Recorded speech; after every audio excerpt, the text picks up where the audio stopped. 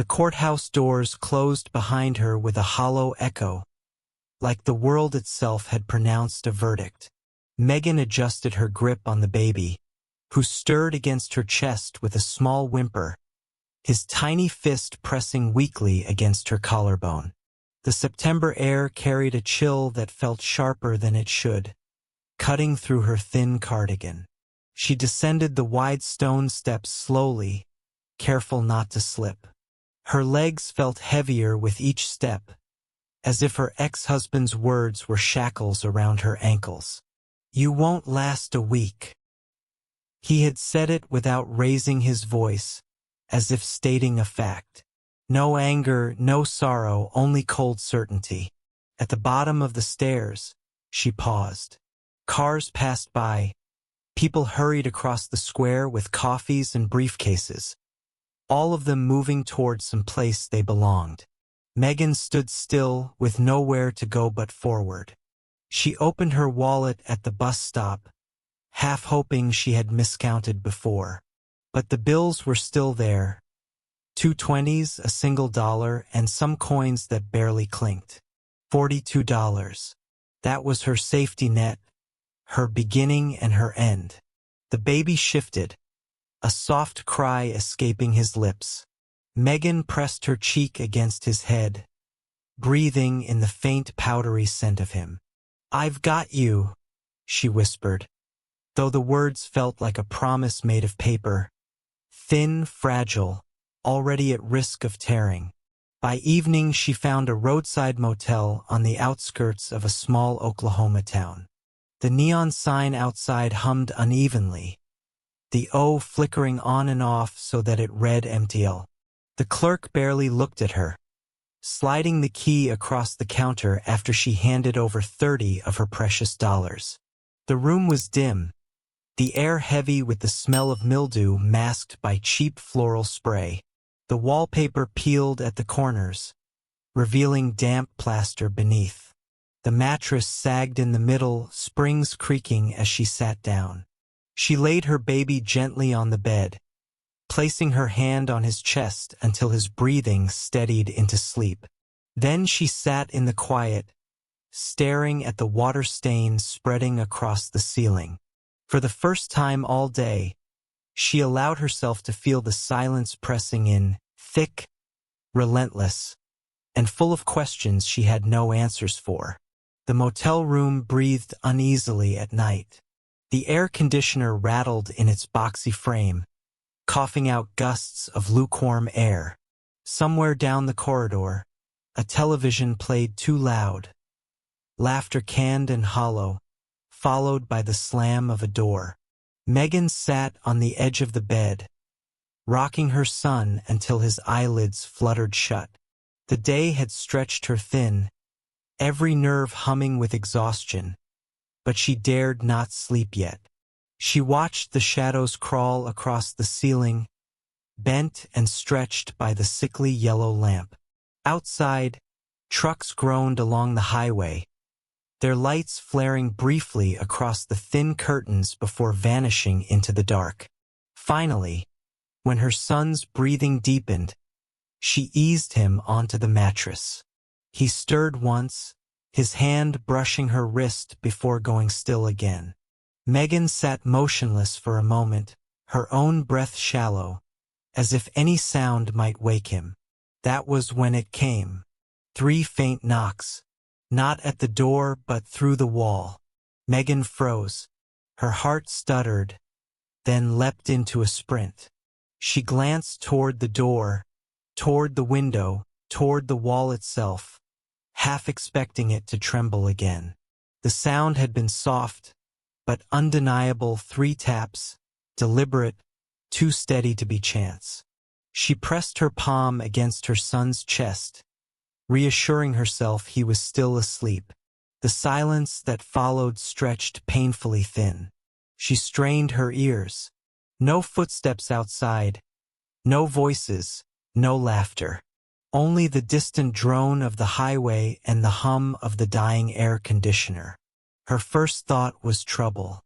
Drunks, strangers, someone bored, cruel, or dangerous. She felt the old fear return, the kind she had lived with in her marriage, the constant waiting for footsteps, for doors to slam, for the sharp crack of a voice. She curled her hand into a fist, forcing herself to breathe. Ignore it, she thought. It means nothing, just noise through a thin wall. But then, before she could settle her nerves, she felt something stir inside her. Loneliness, raw and sharp, like a wound reopening. Almost without thinking, she lifted her knuckles and tapped the wall back. 3 times. Silence followed, heavier now, as if the whole building were holding its breath. Megan swallowed, her pulse hammering in her throat. She half expected laughter, or another knock louder, mocking.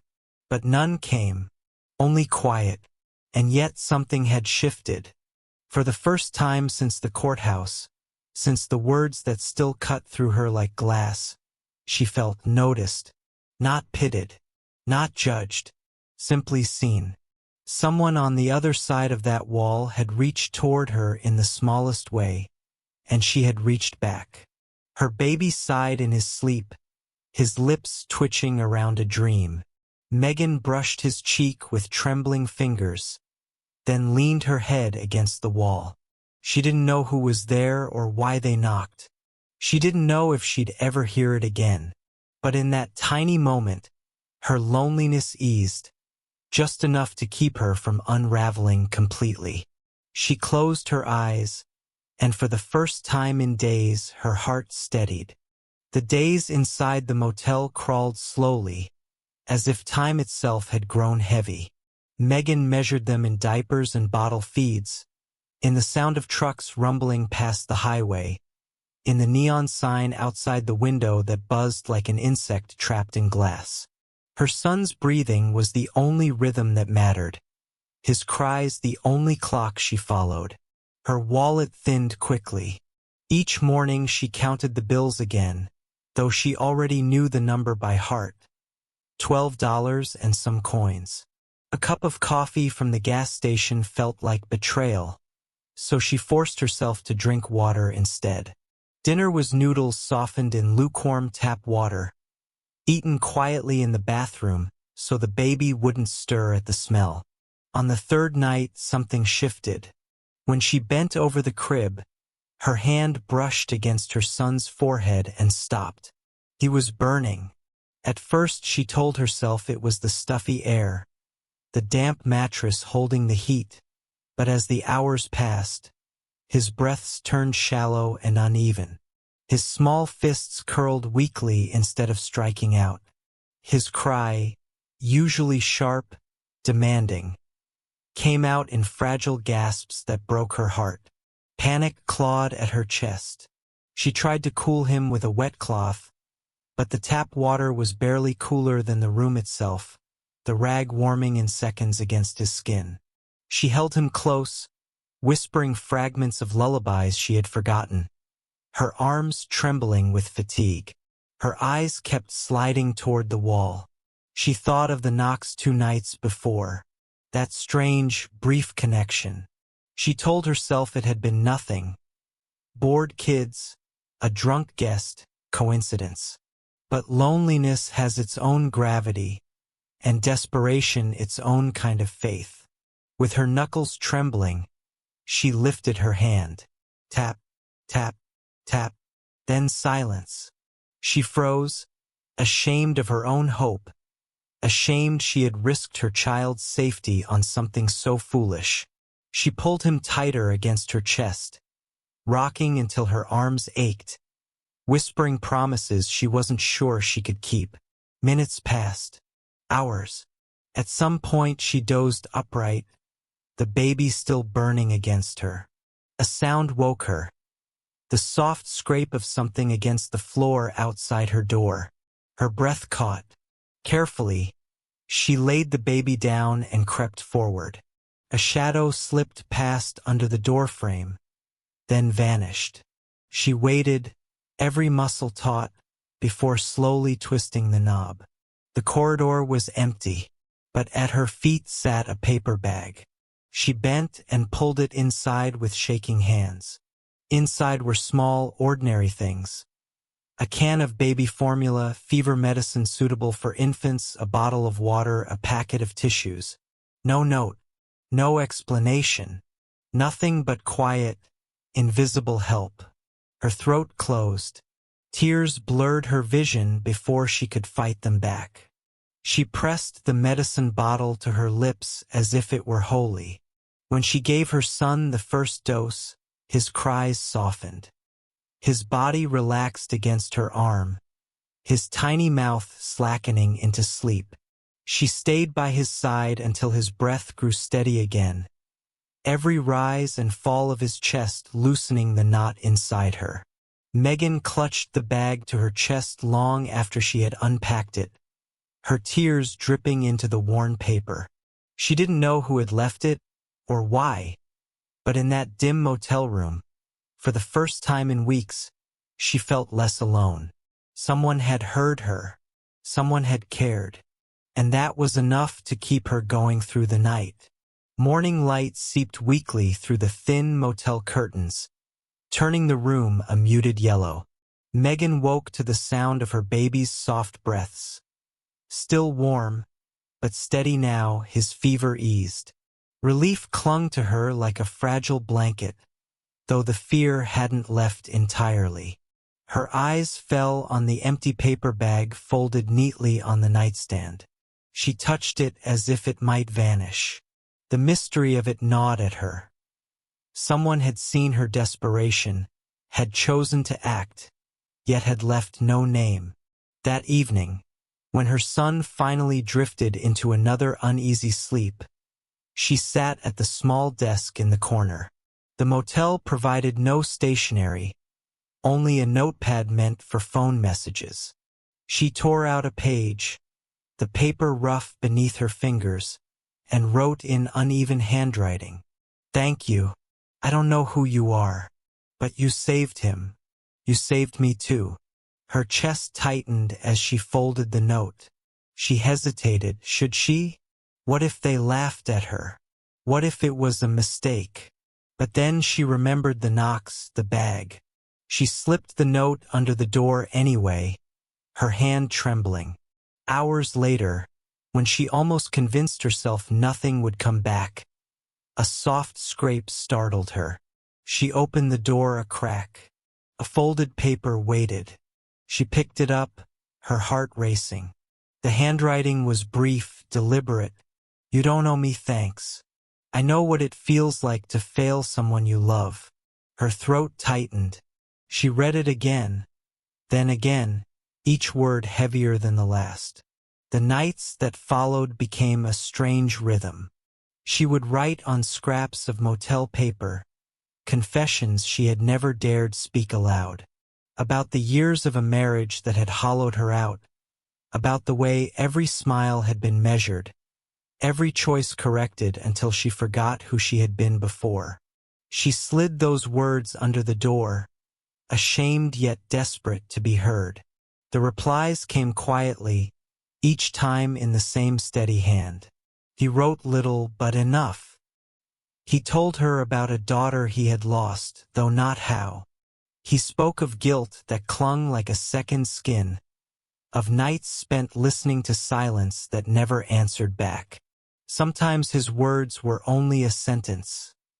"I couldn't save her." Other times, a small memory. "She liked to draw suns with too many rays." Megan kept every scrap of paper, folding them carefully, hiding them beneath her pillow as if they were something sacred. She began to feel the thin wall between them not as a barrier, but as a bridge. Once, she wrote, "I'm afraid every day that I won't be enough for him." The reply came before dawn. "You already are. Fear means you care. That's what makes you enough." She pressed the paper to her chest, tears sliding down her cheeks silently while her son stirred in his sleep beside her. Through those scraps of paper, strangers became something else. Two broken lives stitched together by words passed under a door. Neither asked for details. Neither gave more than they could bear. But in those small exchanges, the silence of the motel no longer felt suffocating. For the first time, Megan didn't dread the night. She waited for it. For the knock. For the quiet scrape. For proof that someone out there, unseen but real, was listening. And for a woman who had thought she had lost every connection, that fragile thread was enough to begin mending what had been broken. Snow had begun to fall by the time Megan carried her baby into the motel courtyard.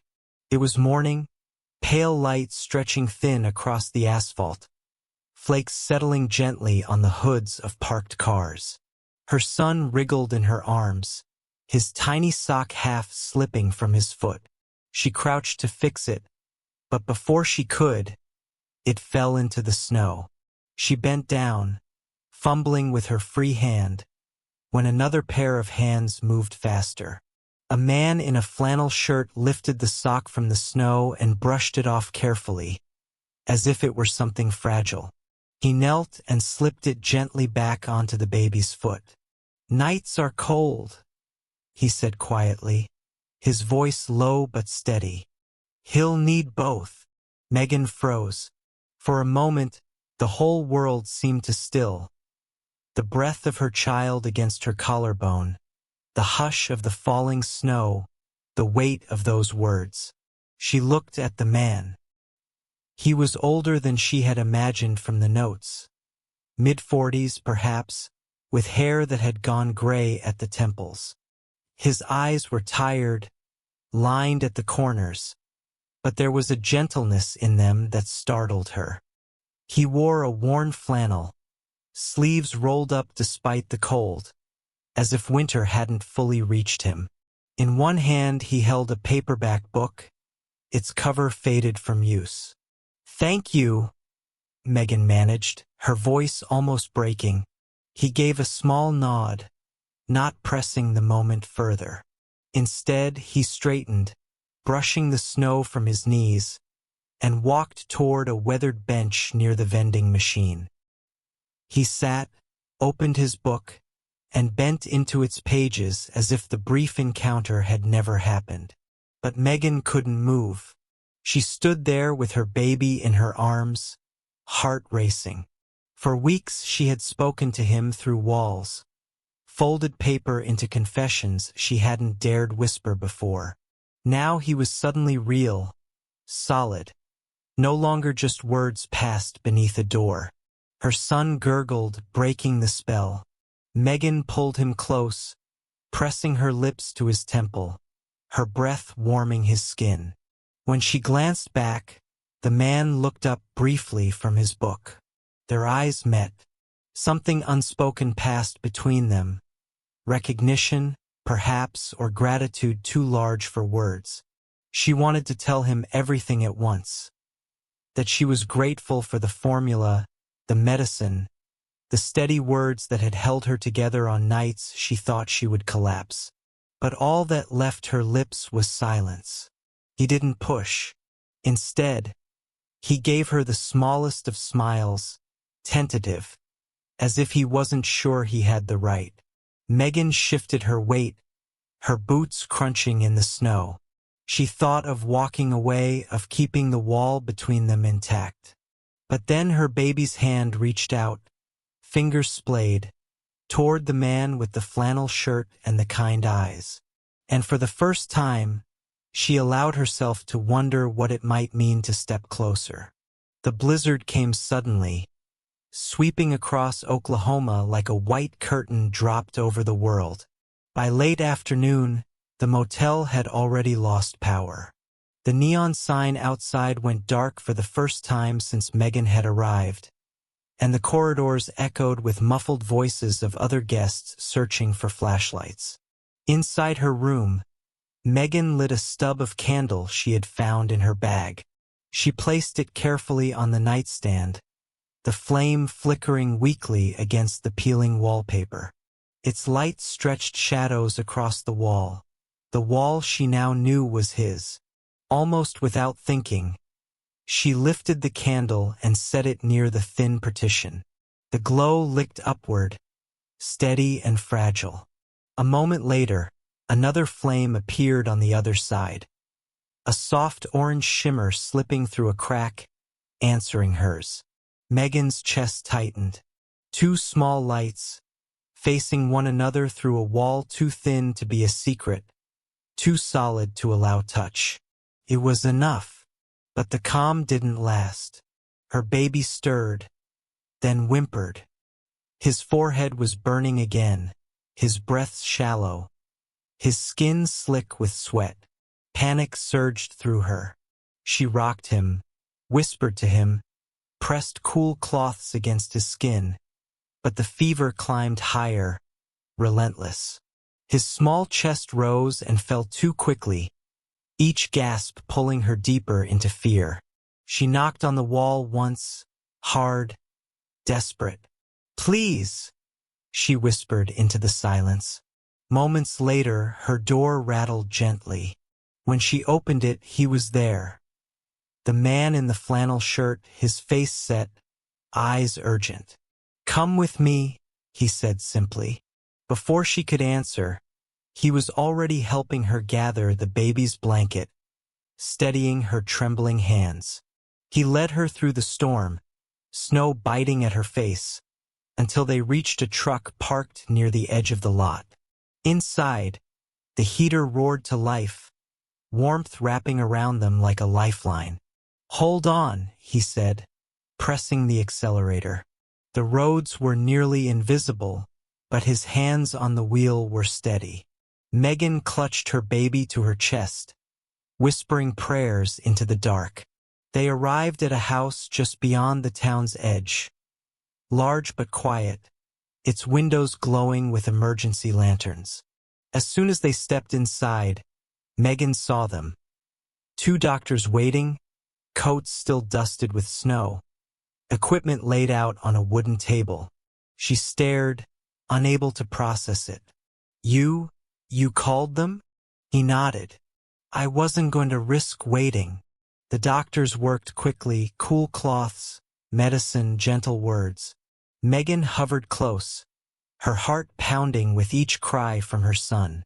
At last, one of the doctors looked up and gave a slow nod. "He'll be all right. The fever will break." Megan's knees buckled. She sank into a chair, covering her face with her hands. Relief hit her like a wave so strong it almost drowned her. When she looked up, the man was standing nearby, silent, his flannel damp from the snow. His eyes met hers, and in them she saw something deeper than kindness, something weighted, carried too long. "I wasn't there for her," he said quietly, almost to himself. "My daughter. Work always came first. And when it mattered most, I wasn't there." His voice broke, though his face stayed calm. "I lost her. I lost everything." Megan felt her breath catch. Suddenly the notes, the silence, the medicine, it all made sense.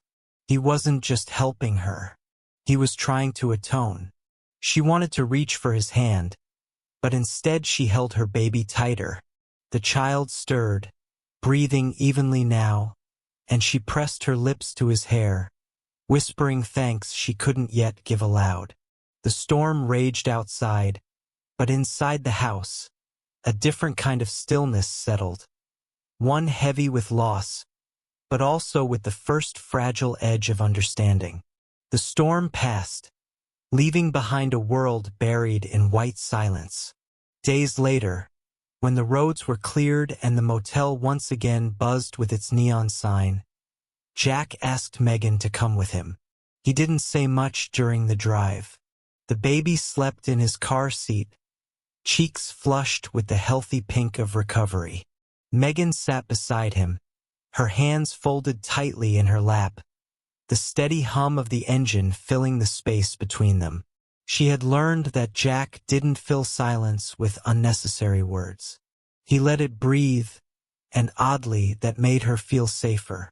The road wound through bare winter trees until it opened to a clearing. A house stood there, old, weathered, but full of light. Its wide windows caught the afternoon sun, sending golden streaks across the snow. Beyond it stretched a frozen lake, the ice glimmering like glass under the pale sky. Jack stopped the car and looked at her. "I want to show you something," he said simply. Inside, the house smelled faintly of cedar and dust, as though waiting patiently for footsteps to return. The wooden floors creaked softly, the walls bare except for a few shelves lined with tools and forgotten books. Light poured in through the windows, warming the empty space. "This place was meant to be a home," Jack said, setting his keys on the counter. "But it never had the chance." He glanced at her, his expression steady. "You're not a burden, Megan. You just need space to breathe." Her throat tightened. For years she had lived with the weight of being too much, too needy, too fragile, too dependent. To hear the opposite left her stunned, unsure if she could believe it. She looked down at her son, who blinked up at the sunlight pouring through the window, and for the first time she let herself imagine a life that wasn't just survival.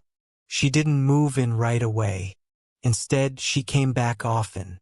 Some days she brought flowers from the roadside market and placed them in chipped jars on the windowsills. Other days, she helped Jack patch leaky pipes, the two of them working side by side in quiet rhythm. Spring came slowly. They planted small rows of tulips near the porch, their colors breaking through the thawed ground like fragile promises. Jack taught her son how to toss pebbles into the lake, laughing softly each time the water rippled.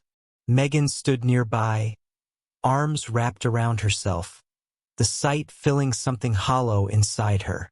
It wasn't sudden passion, nor the dizzying rush of new beginnings. What grew between them was quieter, steadier, like a tree taking root. Their conversations remained simple, often unspoken, carried more in gestures than words. The way he fixed a loose shutter without being asked, the way she left a thermos of coffee by his tools in the morning. One evening, as the sun set behind the lake and the sky burned orange and violet, Megan sat on the porch steps with her baby sleeping in her arms. Jack lowered himself onto the step beside her. Neither spoke for a long time. The water shimmered, the trees whispered in the breeze, and in that quiet, she felt something she hadn't known in years. Home. Not in walls or roofs or even safety, but in presence. In knowing that she was no longer invisible. That someone had seen her, really seen her, and stayed. The future remained uncertain, fragile as glass. But for the first time, Megan believed in it. She believed in mornings filled with light, in laughter that didn't hurt, in love that didn't demand. She looked at Jack. He was watching the lake, his hands folded loosely, his face softened by dusk. She wanted to say thank you, for the notes, the medicine, the light by the wall, for every quiet gesture that had held her together. But instead, she leaned her head against his shoulder. Jack didn't move. He only exhaled slowly, as if releasing a weight he had carried too long. And in the stillness of that evening, with her son asleep and the lake shining before them, Megan finally felt the first fragile bloom of hope.